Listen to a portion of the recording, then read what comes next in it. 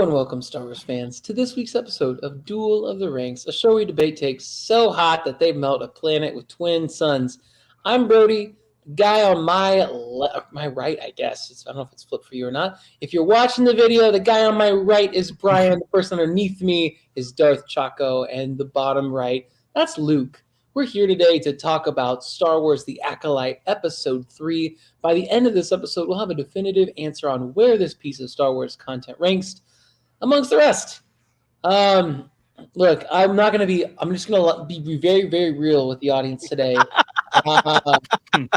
the episode, didn't find it entertaining. I am so confident, though, that you guys are going to be so entertaining tonight that I'm just going to kind of sit back, because I don't have very much to say, because there's not really anything really happened. So I got my popcorn. I've got my spoon for my popcorn. Popcorn spoon? Oh my God, what is wrong with you? Popcorn spoon. And I am just going to be... He can't even eat it. You are a heathen. You are a heathen, sir. Like, yes, sir.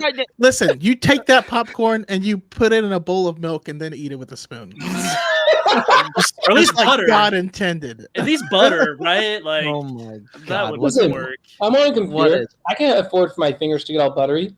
The spoon. Our lives are in your hands and you have butterfingers? Now with Jurassic Park a lot. My bad. Well, I don't know, guys. It's been 2 days and Star Wars is ruined. So how are you all feeling about calling this podcast a quits? Just end it right here and not going forward with it. I mean, if you're anything like Pod Ones, you just branch out into different fandoms if you don't like so,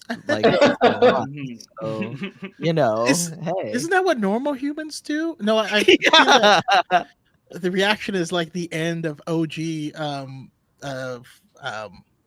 the Planet of the Apes of like, oh no, they blew it up.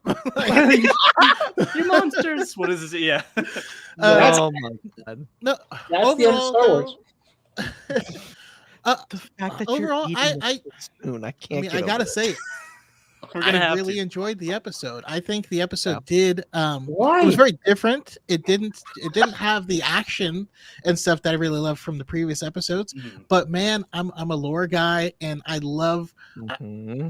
I am enjoying the mystery aspect of this show, and we're unwrapping this thing, and then you find out there's more mystery, and then you got to unwrap that, and then there's more mystery under there. Before the show even came up, it was like it was almost presented like it was a whodunit. Mm-hmm. You watch first episode, it's revealed there's a twin and they did it. You're like, okay, but that episode introduces why did they do it? Mm-hmm. How did they next episode you get more.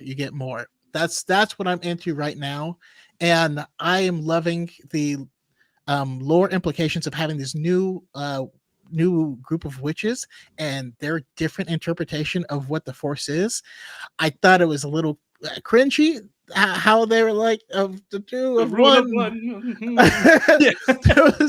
that was weird.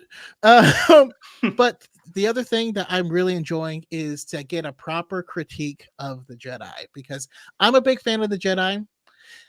Mm-hmm. I hear takes of like, no, the Jedi are actually the bad guys, which is absurd. But like they're not the bad guys, but they are not perfect. They're not always in the right, and there are some moral implications to what they do and say that I really think we should talk about, and we just ignore. You know?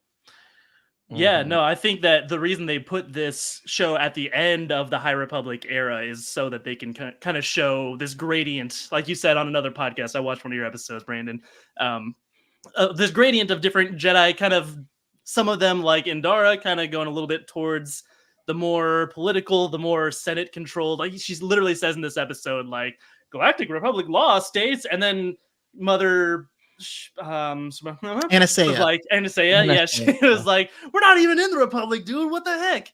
That was like a really good point of like, man, there's got to be some other motive why the Jedi are like specifically seeking these guys out. There's a lot more happening than we know, and that's what I loved about this episode. It's what they don't show is so much more important than what they did show. But also I felt like maybe you didn't need to spend a whole episode showing us what you don't show. I don't know. I'm not a huge fan of prequels in general existing. I think if you should just tell them in brief little flashbacks if you can. Just start the story at episode 1. It's just so easy. That's not how mysteries work. That can't be how mysteries work. You just see the thing, like, or at least like, I don't know, in like a fantasy movie, it's set against the backdrop of this really interesting past, right? Like the original trilogy. And then whenever you show those things explicitly happening, it kind of demystifies it a little bit. I think it removes from the mystery if you show it, explicitly happening. And I think it would be more compelling if the characters were kind of uncovering these little lies and these little secrets, these little mistruths, little by little in the present moment. I think that would make for a more interesting who done it, why done it, where done it, when done it than we have right now. But overall, I'm not gonna lie, I really liked this episode too. The second time I watched it, I was like in tears. Wait, you were in tears the second time you watched this episode? Yeah. I don't know why. The first time I watch anything, I'm just like so skeptical. And the second time I'm like, oh, I can kind of like see through its flaws a little bit and just enjoy the emotion of what's happening. I see through the flaws of this episode. I see through the flaws of this director. Yeah, exactly. I enjoyed it. I enjoyed it for what it was. I'm like happy for all you. Like, I really mean that. I really am happy for every one of you. So like, you're able to enjoy things. My biggest thing is that it like Chaco, like they opened up. See, thank you, Kate. That is just absolutely insane. Insane behavior. I can't get over it. Anyway, my fingers are the farthest thing from buttery. Someone say it. Someone Michael Scott. All right, fine. No one say it. All right. Anyway, you only miss the shots that you don't take. Wayne Gretzky, Michael Scott, or whatever it is. Anyway, so like, here's my thing. I loved the fact that they were just like, yeah, what happened with Anakin is kind of separate, but it's sort of connected to what these witches are doing, and I love it. It might not be. I think it's much more self-contained than people are making it out to be. I think a lot of the haters are looking for reasons to hate on it, and this doesn't necessarily, like, there's a lot of theories about, oh, maybe these characters in the robes are the Sith, or one of them infiltrated or something, or there's some connection. I think we got to wait to make those leaps. But so my thing is the connection of what they're doing, what it possibly leads to, or better yet, who it leads to. Because obviously we know that Plagueis, in the Legends novel, he and Palpatine were trying to force the Force to be darker, and it doesn't work, and it backfires, and the Force is like, balance, Anakin Skywalker. Like, that's like the misconception. Like, all the misconceptions are like, especially because and Chaco has talked about this. I'm pretty sure I saw like 3 or 4 of your videos today on TikTok just talking about that, or Elements TikToks on the frame from that Vader comic. And it's like, that is not the intent. Like, Palpatine didn't create Anakin. The Force created Anakin by proxy, because Plagueis and Palpatine were screwing around with the Force. It needed to balance itself out. I mean, so I didn't make that video yet. I was actually grabbing the actual explanations from the story group to make that video specifically. But I'd also like to add in that was Palpatine's speculation on Anakin's creation in the non-canon Legends book. So it is a speculation. Yes. In a book that's not canon. And so I feel like you can't and we just don't have enough information. I want to know more, but everything that they said could literally be answered as they went to a clinic and had Mother Innocent's eggs put in the other person and gave birth that way. Like, that literally could answer all of it as well. If you're gonna jump to conclusions, I don't think you should make up your own story and then get mad at the story that you made up. That's stupid. Yeah, no, the Jedi are just anti-in vitro for. I can't even say the word IVF. The Jedi are just like, none of that. It's unnatural, and you're like, oh Jesus, no, never mind. I don't know. I like the idea of this being very self-contained. In fact, they seem like they're pretty deliberately trying to be really self-contained, not even explicitly saying anything about Sith yet. So I just want to wait until we get there before we really start saying, oh, this means this. This is where this idea comes from. Like, maybe that might be cool if we see it. If not, then I think that would be even better for this to kind of be its own thing, and that there's this there's some reason why the Jedi are hunting down this Force Coven, or maybe they had some sort of prophecy. Like I see the look in Soul's face when she says there was no father, and it's like I can see why that would trigger the Jedi, you know, or at least like make them want to control whatever force this is. And I think there's a lot to say about like Soul saying like, yes, no, we don't take children. But like also like at what age is a child old enough to really make that decision on their own? Like is 8 years old enough to really commit to an entire lifetime dedicated to that organization? I would argue hell nah.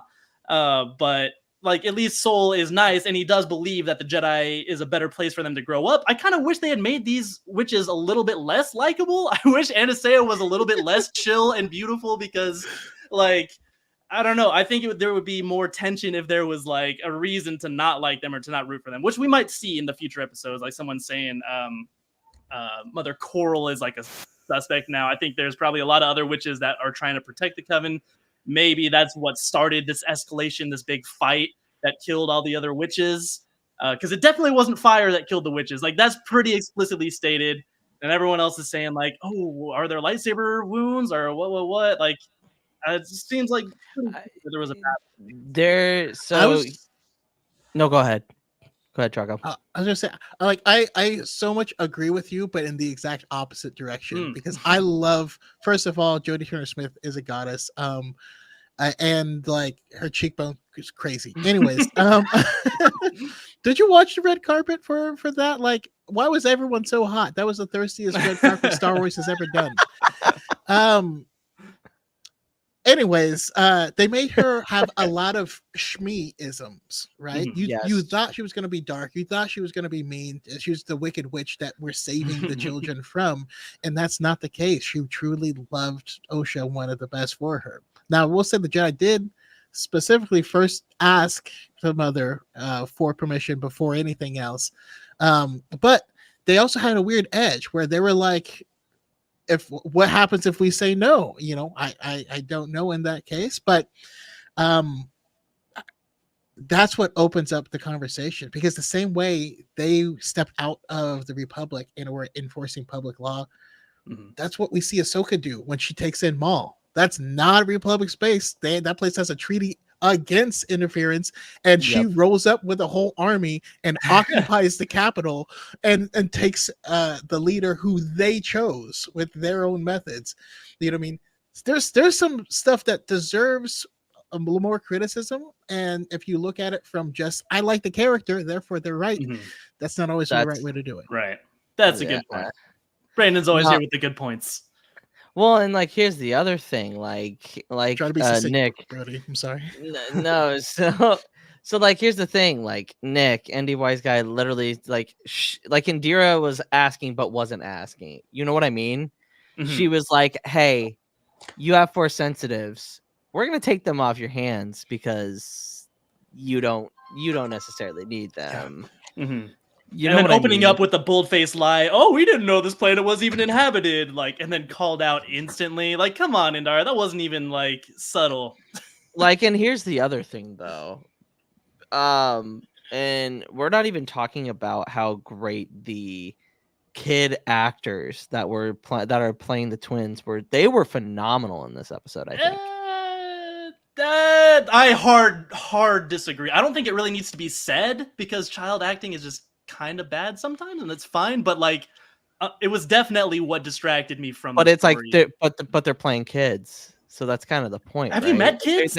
No one talks like that. Kids, have you met some kids? Some kids probably do talk like I grew up Mormon. I was around thousands of kids. Listen, not pulling the Mormon card. What? Listen, that's exactly how Mormon kids speak. Tell me more about my culture, please. No. Okay. Sorry. All right. No, it took me out a few times as well. I felt like they would start at a good place acting wise, but then it would, whatever the phrase would end on a sour note.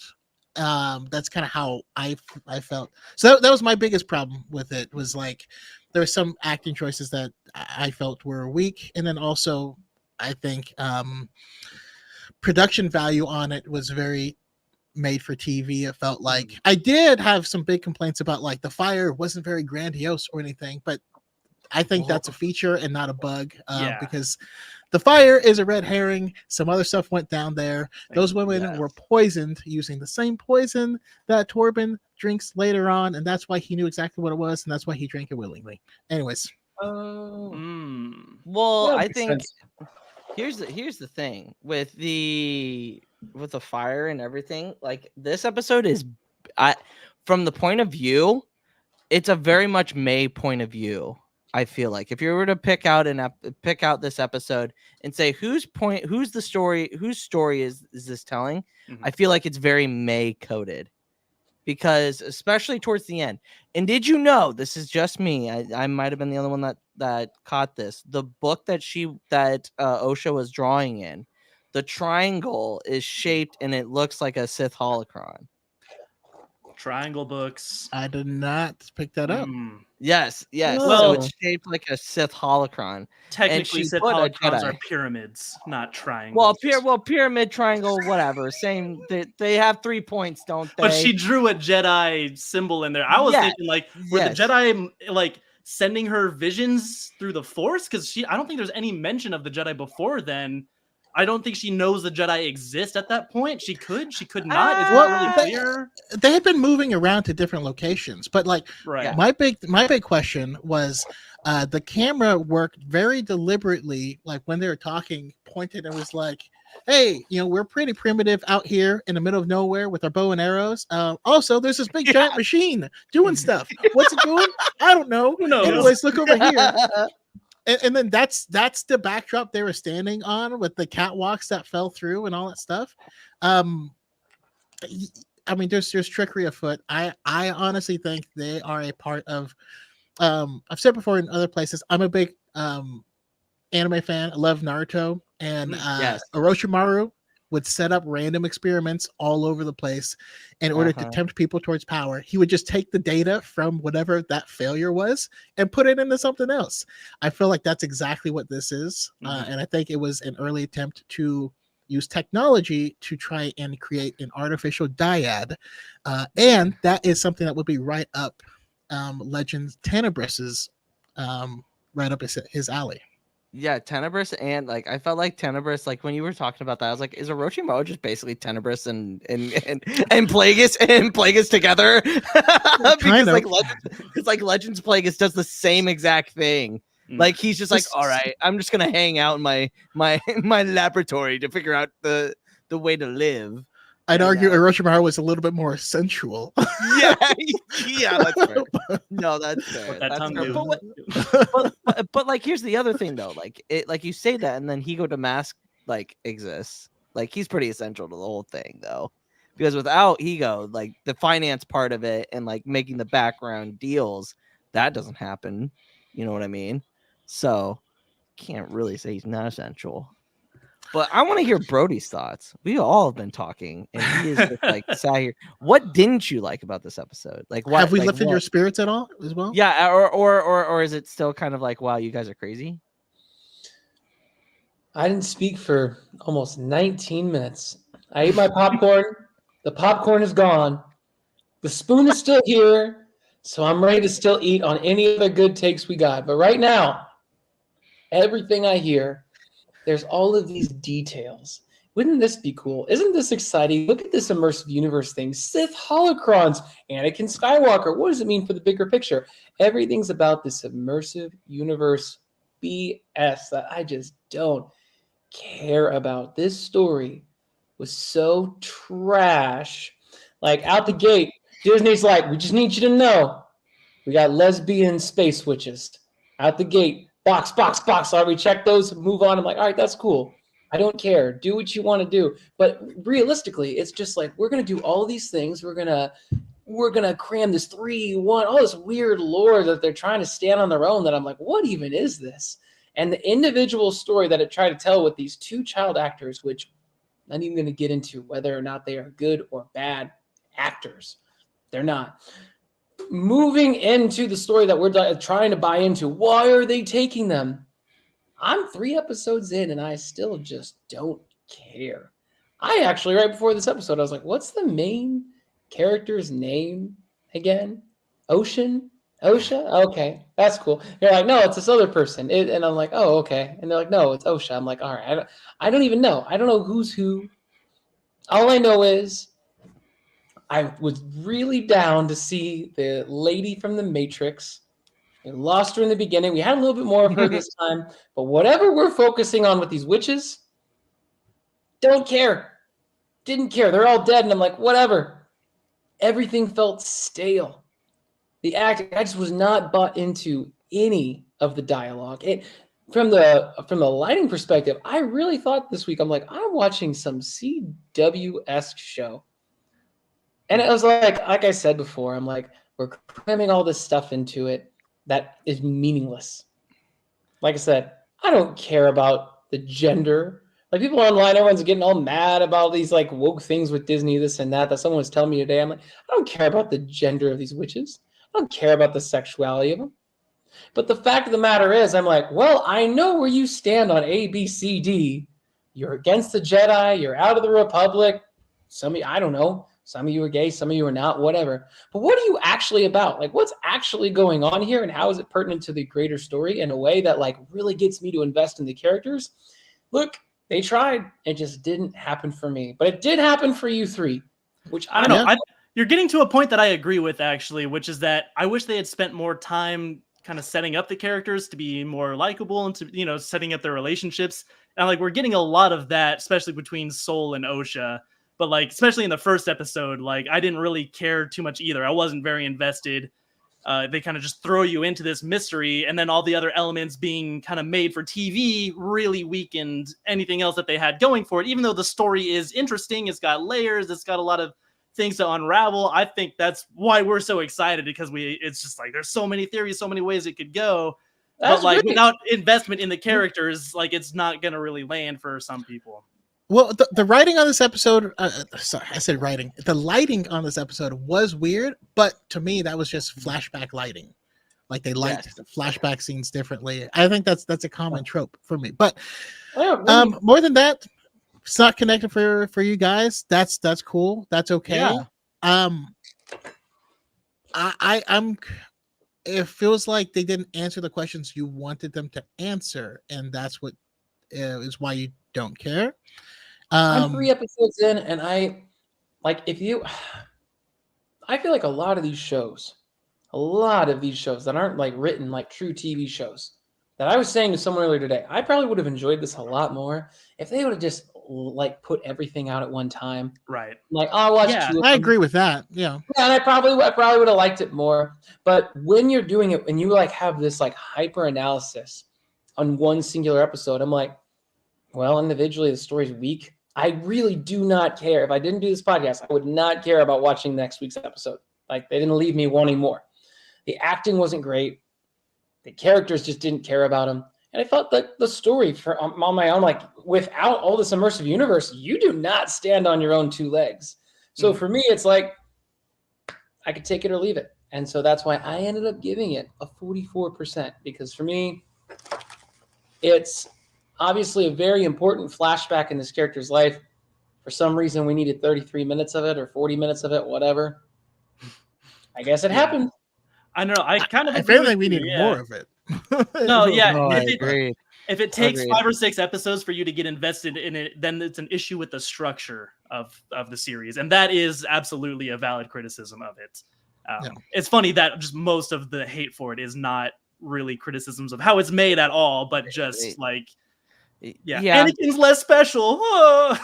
And that's not the case at all. No, and stupid. And it's just so ridiculous. And here's my thing. I get where you're coming from, Brody, and I can kind of sympathize, but the problem is that you haven't vibed with anything that has come out in the last 5 years, and Sure. I'm like, maybe you should take a break from Star Wars. I think, yeah, I mean, if you're primed to not enjoy it, take a break. If you're primed to not enjoy it, you're less likely to enjoy it. I mean, I wanted to enjoy this show a lot. I still do, but like the first time I saw all 3 of these episodes, I wasn't super into it. I'll totally agree with that. I think it is a weakness of how the show was produced, just how it looks. It's like super grainy, weird, very like cheap, kind of flimsy looking feel to it, and then like characters not having enough emotional weight behind them. Eventually they will. I like relationships and getting to spend time with them together, but those moments are few and far between so far.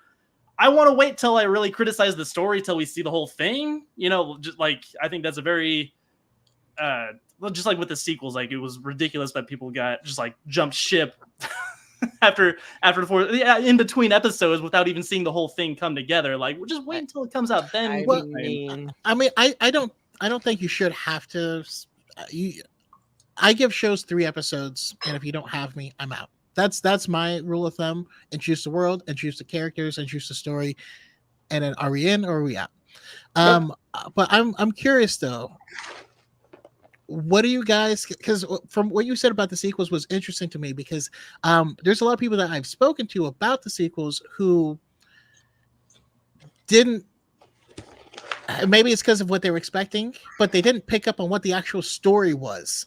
And so without knowing what the story was, they felt thrown about and that was mostly because of expectations or watching content creators who were saying this is going to happen and it means Plagueis or whatever. And it doesn't, but that's all you're paying attention to. Where it's really just a story about, legacy versus blood and like what that means to you. That's what all 3 movies are about. What do you think this show is about? What's the core? Oh man, please tell me. I think it's about the downfall of the Jedi, I guess. Like that's what I find most interesting about it is all the philosophical discussion and we're getting lots of great stuff with that. So I'm loving that part of it. Absolutely. Okay, but like this. Let me just ask. Okay. The problem might be with me. It might very well be. I wasn't done, but still. The problem might be. You're looking for. Listen. Not the song that he was referencing. What if this? Hear me out. Mm-hmm. What if this Star Wars is just only meant now for like diehard Star Wars fans? And that's probably not me, right? Fair enough. You're actually encroaching on my hot take this week, but we'll come back to that. Everything that got you guys so hyped, everything that has you all so hyped has to do with lore and all sort of stuff. I'm like, everyone I know there's no political hate going into this show. They watch it and they're like, this sucks. And they go to the next thing. And like, I hear that time and time again with this show and a lot of other shows. Like, there's shows I want to like Rings of Power. Like, I really, really want to like it. And I'm like hoping they ball out season 2. But in every Star Wars show, I'm just like going in. I'm like asking other people who aren't diehard fans, what do you think? They're like, hey, there's more now. There's more of it. That's funny. I actually get the exact opposite from the non-fans that I've spoken to. Like, I get some of the most hype from all the projects, especially Ahsoka, which really surprised me. But the core of this show is these 2 girls who are separated and think that each other is dead. And one went towards the light, one went towards the dark. I don't think either are happy where they are. And that's the core. That's the story that we're telling. That's what we're unraveling here. So, I feel like, much like Qui-Gon says, your focus determines your reality. If you're focused on the relationship between these girls, each episode is a lot more solid than it is if you're just kind of being blown about. But if I have to tell you that could mean that the showrunner missed hammering that in the first episode to make that be the focal point.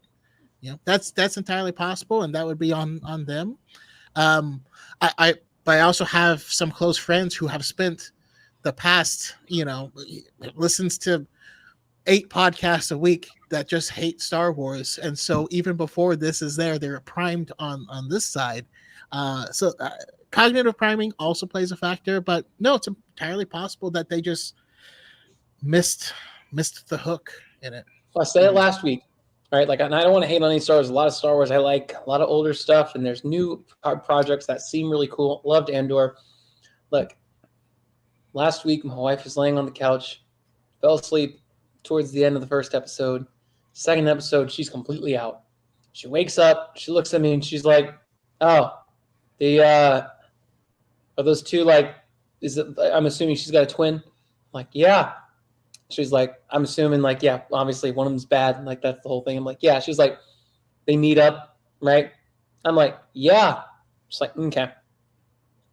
Yeah, figured. No one's just watching episode 3. She's like, and it asks a few other questions like, the show's predictable. And I'm like, you know what? Star Wars is paint by numbers. And there's nothing wrong with that. But it's just not great storytelling.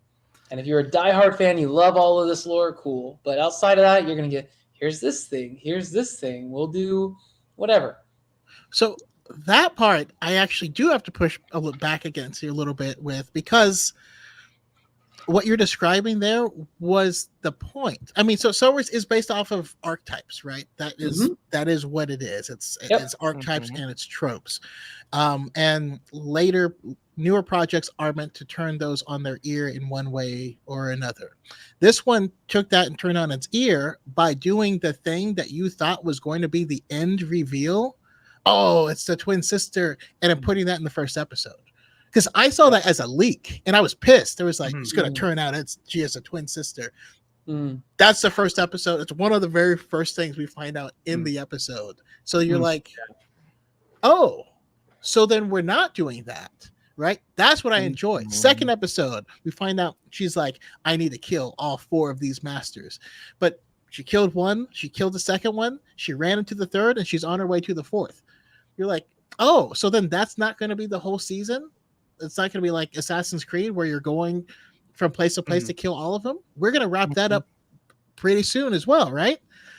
I thought that was fascinating. So, like, was that concept of twins on either side predictable? Absolutely. But they ran that out and was like, now what? We did the thing. Where's the playbook? What's happening next episode? Yeah, it's something that's fresh and new. And it's like I see. Here's the thing. And Brandon hit on it earlier. Expectations.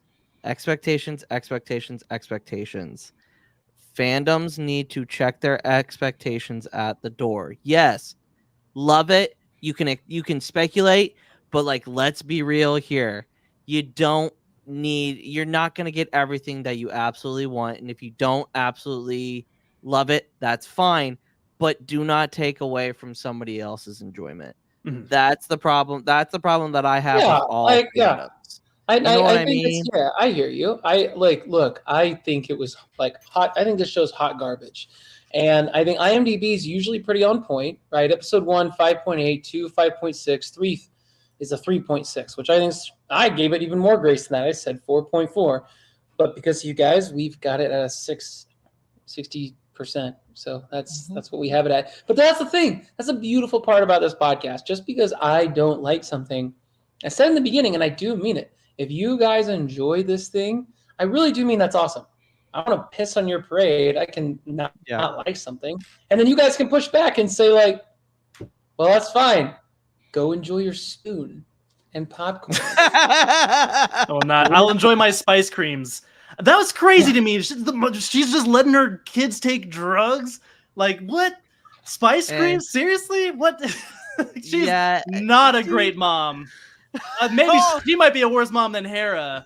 Honestly, letting her kids eat spice cream and shoving them onto stairs. Look at those. The stairs were just like right there. They almost slammed their heads on that. It's. I mean, they weren't supposed to play outside the compound at all. But yeah. No, I did get annoyed at how often they said spice creams. It was like, okay, all right, I get it. Spice cream. You want some spice creams? I want some spice creams. We're gonna eat some spice creams. We're gonna go over here and get some spice creams. We're gonna get spice cream. And you're like, I wonder if that has anything to do with their powers. I just want ice cream now. So yeah, no, I definitely got big Bene Gesserit vibes from that one witch leader. Yeah, with like the hat thing, and like that and the spice together makes me think like. Well, the Bene Gesserit. Well, I mean, you have to remember the Bennett, like Dune was a big inspiration to George when he was doing Star Wars. Yeah. So the Force is like is the voice, like that's what he based the Force off of, was the voice from Dune. So like that connection's not far off. You know what I mean? And just to see that, and this is very prevalent, and this is probably going to be to Chaco's hot take, and I think I think I already know what it is, and I agree with it. I think that yes, it's for the diehard fans that are paying attention, but I think what is happening, and I've seen content creators say that they are watching it with like their significant other who doesn't like Star Wars, and they sit down for the first time and actually watch it, and they're like, wow.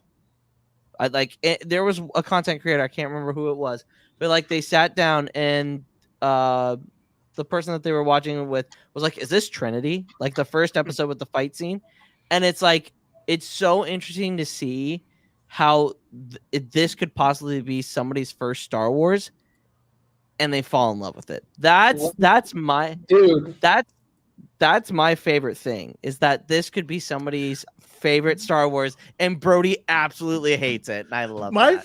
My favorite thing is Brody's face right now is identical to, if you watch The People versus George Lucas, there's someone who hates the prequels so much, and then his little child walks in and it was like, can we watch this? And they pick up the DVD of The Phantom Menace, and then the dad makes your exact face, and the little kid is so in love, and he's just like, oh. And I think that's where Star Wars kind of struggles, is like trying to appeal to everyone. Like what it does best, and why I like that there's many things coming out now, is that there's something for everybody. They should try to make them a little bit more distinct, I think. And I think Brody's got a good point about it feeling like, just a run-of-the-mill Star Wars show. And like when they presented this show, like the first time they revealed it, like do y'all remember the actual logo for it? It's these big bold letters with a lightsaber slash through it, and it's so toned down now, and I can feel the tone of the show. It just feels like it's toned down. I think it might be an issue with the music. I also wanted to crap on the music for a little bit. It's just so forgettable compared to like most everything else. I get that it's written in the same language of Star Wars, but like I think it goes along with the overall feeling of the show not feeling as distinct as it could, or maybe as they wanted it to at first. Whereas like Bad Batch, I think, did a lot better job of just like being its own thing, diving into its own themes, and just like rejecting a lot of the tropes and the expectations of Star Wars. And I guess we have to kind of see where the story goes to really make a claim on this one. And I'm not sure where my point was going with this, but basically I just like Andor was also very distinct, and I don't know. I want to hear more perspectives from like kids growing up with these things in like 10 years, see how it impacted them in their own journeys, figuring out who they are. Because Star Wars has always been for 12-year-olds, right? As George Lucas says. But this one, I'm like not sure who it's for, because like there's moments of dark things happening, but that doesn't make it a dark show. It doesn't mean the tone is dark. Can we go to the hot takes? I just can't keep talking about this episode. Like, let's just. Chaco's got a heart out at the top of the hour. Here we go. Let's just go. All right. Don't be too proud of this podcast you've constructed. The ability to rank content is insignificant next to the power of an exceptional hot take.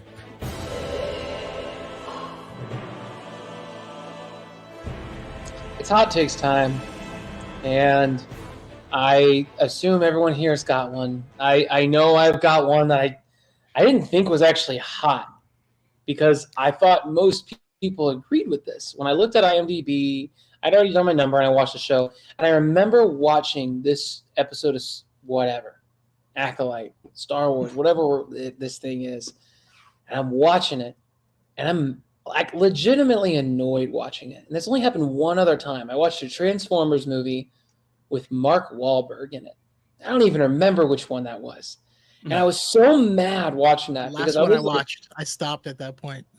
I was like, it wasn't even like, oh, this isn't very good. It's like, I'm wasting my time. The only other time I had thought that.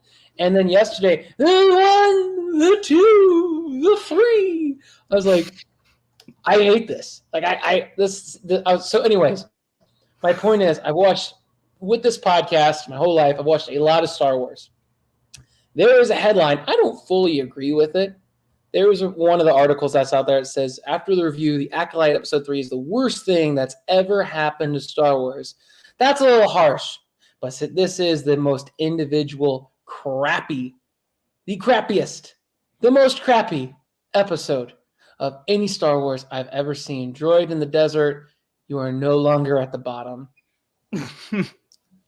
I actually love that episode for the record, but but yes. I think that's milk toast. I think it's a hot take because I don't know. I think there's plenty of garbage in the Clone Wars, and the prequels, and everything is. I don't know. No, I don't think it's even with its cringy moments. Like, I don't think it's nearly as bad individually. I think it'll all make more sense in the grand scheme of the whole season. But there's no way it's the worst. I think the Ahsoka episode of The Mandalorian season 2 is still worse, honestly. I would watch it like every day if I could, compared to this. If I ever had to watch this again, like, could I watch this can I watch that episode you just listed 7 days in a row so I don't have to watch this? Let's say no, I'm like, fine, make it 30. It feels... I don't know. Like it feels so... it feels nonsensical. I don't know, but if that's how you truly feel, it's valid. I'm not saying it feels like when something happens and I'm like, I'd rather, chop off both of my legs, put myself in a cannon, and shoot myself into the sun. And you're like, that's a lot of stuff. And you're like, yeah, okay. It feels overly hyperbolic. That's where I'll say. But if it's a hot take, it's a hot take. I think it's a hot take, and I disagree. Boo! So we got a milk toast. We got to disagree. Brandon, where you reside with this? Is there something in the middle? I mean, if there's nothing in the middle, then I'll say it's a hot take. So you disagree with it. We're not giving him a Roger. That's not a Roger. I've got a bad feeling about this hot take.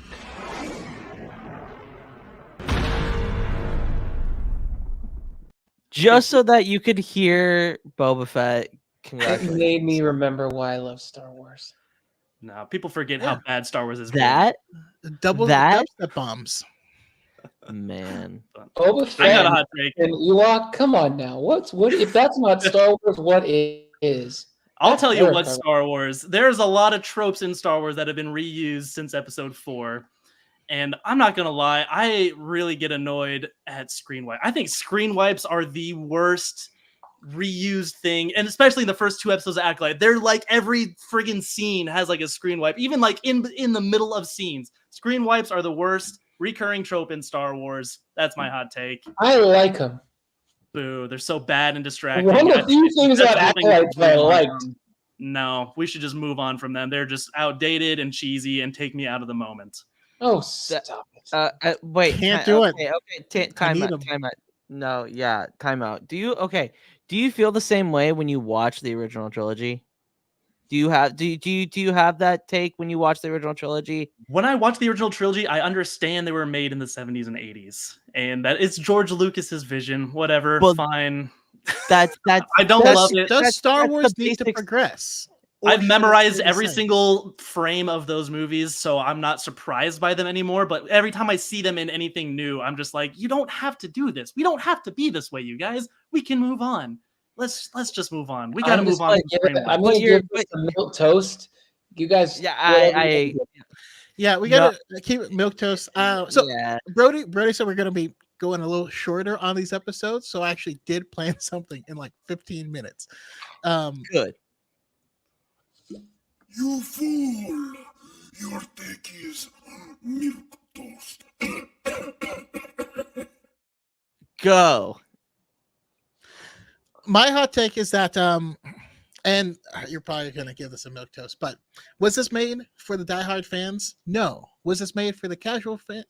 Look, so this is made for diehard and casual. You can split up the fandom into a bunch of different sections, right? Yep. Kind of heard of it, whatever. I like Star Wars. When if it's there, I'll watch it. Then you get to the level where you're like, I'm anticipating Star Wars projects. Next one is I actively look up stuff, or I watch Star Wars lore videos on YouTube. Mm-hmm. And then the final step is I actually read the books and things that people make those videos off of. The people who hate this are this one tranche here where they look up lore videos on YouTube. Because if you actually read the stuff, those people love it. A lot of the other people love it. These people in the middle hate it. Why? Because they've been taught wrong. So wait, if I don't watch, I literally didn't see a thing. I watched one trailer, and it was like the week it went, like the week before it launched. I knew nothing about this. I didn't know there was twins. I didn't know any of that stuff. The week before, yeah. Yeah. So where do people like me fall? I think. Go ahead, Brandon. I think you'd be in that third place, right? You're anticipating projects, and I'm not saying that people in any or all of the categories aren't going to like it, but I'm just saying that the loudest, most vocal people, I keep saying, oh well, this panel in Vader 2025 says this, and this disproves it, and in all of those people, they didn't read that comic. Because if you read the comic, you know it doesn't say that. Right. Those people saw a video or saw a clickbait article of them saying that, and it taught them wrong. Or just a thumbnail, man. Yeah.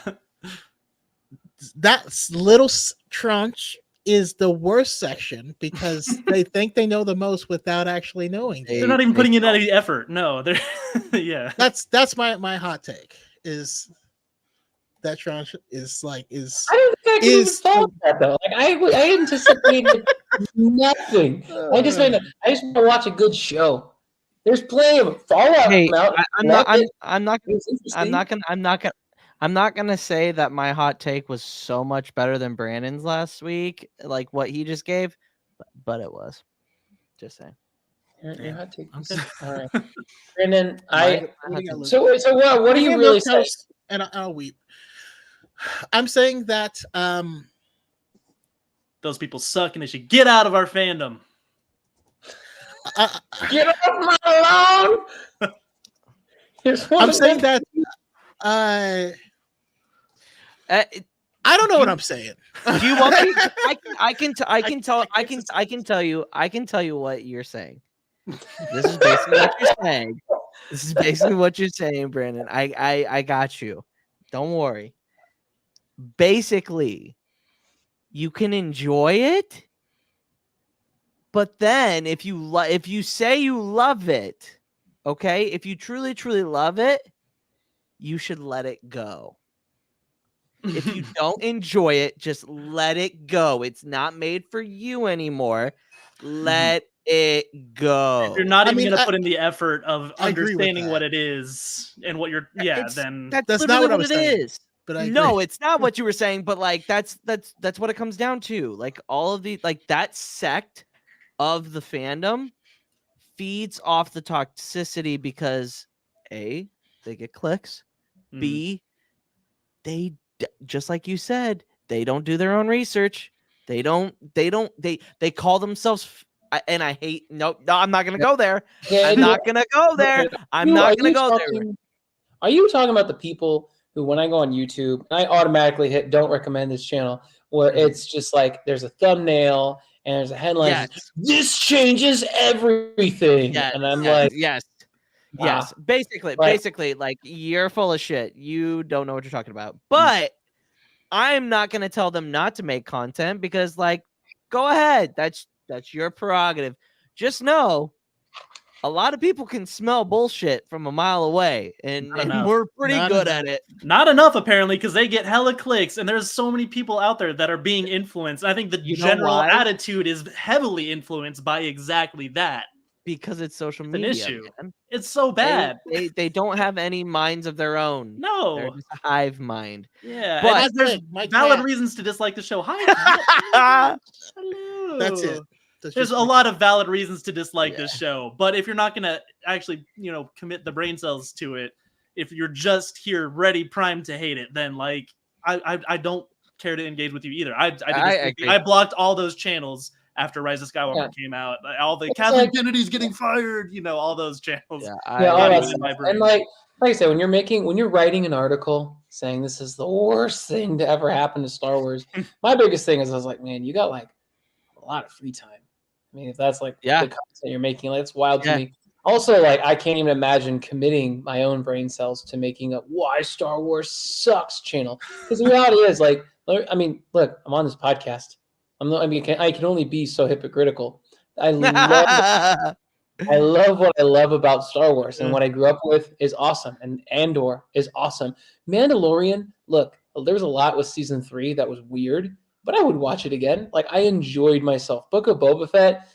Yeah. If you power through, there's some really cool moments in there. You don't power through that. I have not watched that in years. You should rewatch it. I remember you specifically, though, Luke, calling me one day, and you're like, I'm rewatching Book of Boba Fett, and it's not as bad as I remember when you're just sitting there watching. It has its moments, but it's still not better than Obi-Wan, so don't even try.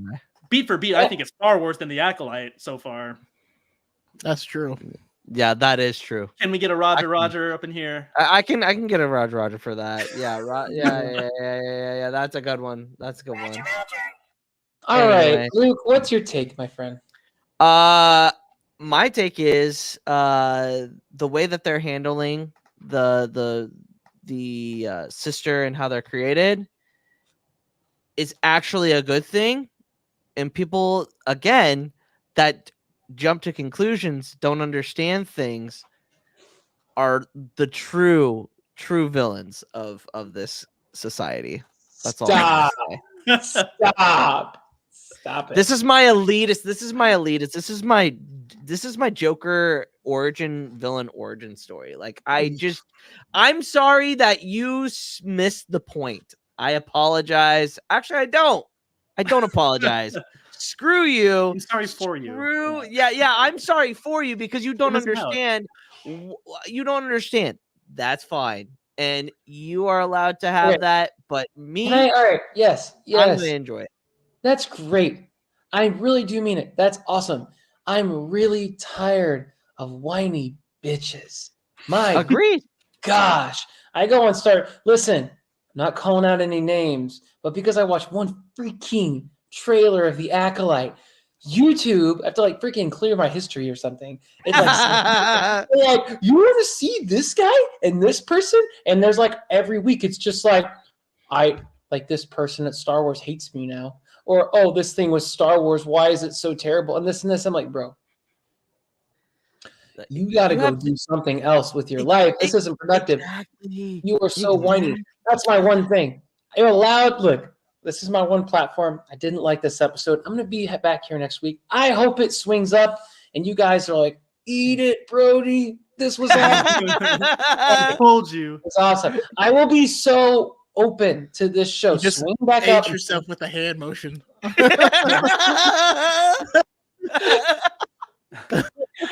Yeah. Well, anyway, that's the point. I agree with you, Luke. There's annoying fans need to get out of here. Here's the other thing. Like, if you don't enjoy it, you don't enjoy it. You don't enjoy it. That's fine. But when do we, as a society, not only as a fandom but as a community, just block out all the noise. Like we know if you go to Star Wars Celebration, those are the fans that most fans at Star Wars Celebration, except for Brody, genuinely enjoy everything that has come out since 1977. Brody had a great time at Daikon. Yeah, so. there you go. There you go. And look, I love. Here's the other thing I want to say with that too. I didn't talk much at the beginning. I got a lot more to say now. I love going to things where people are passionate about things. Yes. I don't want to go watch YouTube channels where people are like, this sucks, this and this and this. I legitimately do believe. I don't believe, actually. I know this happens. I'll go into places. I watched the The Last Jedi, and I was like, this movie sucks. After years of podcasting with Amanda, I'm like, you know what? It's actually a solid Star Wars film. Exactly. Changed my opinion over time because she was passionate about it. She loved it. I love hanging out with people that love things. Go to DiadCon. No one changed my opinion on the Star Wars content in that time, but I'm open to it. I don't, I hated Rogue One when I first saw it. Really? Yeah. That's wild. Yeah. That was my lowest. That's wild. That's shocking. It was below Rise of Skywalker. Do I have time to go to bat for Rise of Skywalker? Oh no! I cover all of the bases this week on Duel of the Ranks. Yes. Yeah. We do have a little bit of time. If you want to reconnect with our bingo card, we could kind of check off some or see where we're at. I don't think we got really any of them. I was just looking at it here. I don't know where it is. Didn't we have? I have a bad feeling about this. That was said in the first couple of episodes. Let's see here. I'm just going to share my entire screen and hope I don't get canceled for something I don't know was on here. Can you see this? Secret Twin. Yeah. That was pretty. I'm so sorry, guys. I do have to jump. I thought we were making this like a 30-minute episode. Oh. That's bye, Chaco. All right, Chaco. Bye. All right. Well, that's home screen. So nothing yet. Keep checking in, folks. No, that's not family drama. We got family drama. Family drama. And Secret a bar fight. Yeah, we did get that. Yeah. New cute creature. I love those little glowy guys. Yeah, that is one thing. Okay, I think the Acolyte is deliberately trying to be kind of prequel-esque in a lot. Like, if you want to criticize the bad dialogue and stuff, I just rewatched Phantom Menace, and I'm like, this is exactly in line with the Acolyte. The one thing I also really appreciate that they're doing is with like weird environments, flora and fauna and things like that. That's something that's been generally missing in live-action Star Wars. So that's one thing I really do love about the Acolyte. It's getting into the pulpy, weird Star Wars-y prequel stuff. So new cute creatures, we got that one too. You could technically put maybe. No, yeah, we're getting close. Sort of. But I mean, you got Secret Twin. Can we just get rid of Tem? Tem's not gonna. Sorry, it's too late. It's too late. It's on the official. Oh my god, jeez. Secret Twin.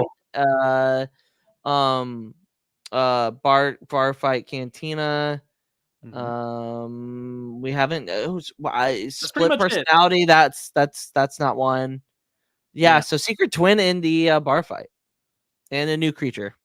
Cool. We're probably gonna fail this. I don't know. We'll see. We're not great at bingo here on Duel of the Ranks, but you know what we are good at? That was the question. What are we good at? Yeah. What are there we go. I'm trying to. There you go. What's sharing our screen and unsharing our screens, but we're also good at showing up every week. So we're not as good at getting the on-demand sessions out. So like, if you want to be sure to be up to date with us every week, then you got to just be on the podcast with us. So for the 20 people that checked out this week's episode live with us, thank you. It's been a whole bunch of fun. A lot more fun to do this episode than to watch it and review it. So thank you all for being a part of it. Luke, Brian, thanks so much for being here today. It's been a great time. And for the folks listening, you want to check it out next week at 7 o'clock Central Time. We will be back to review episode 4 of The Acolyte. Thanks so much. We'll see y'all then.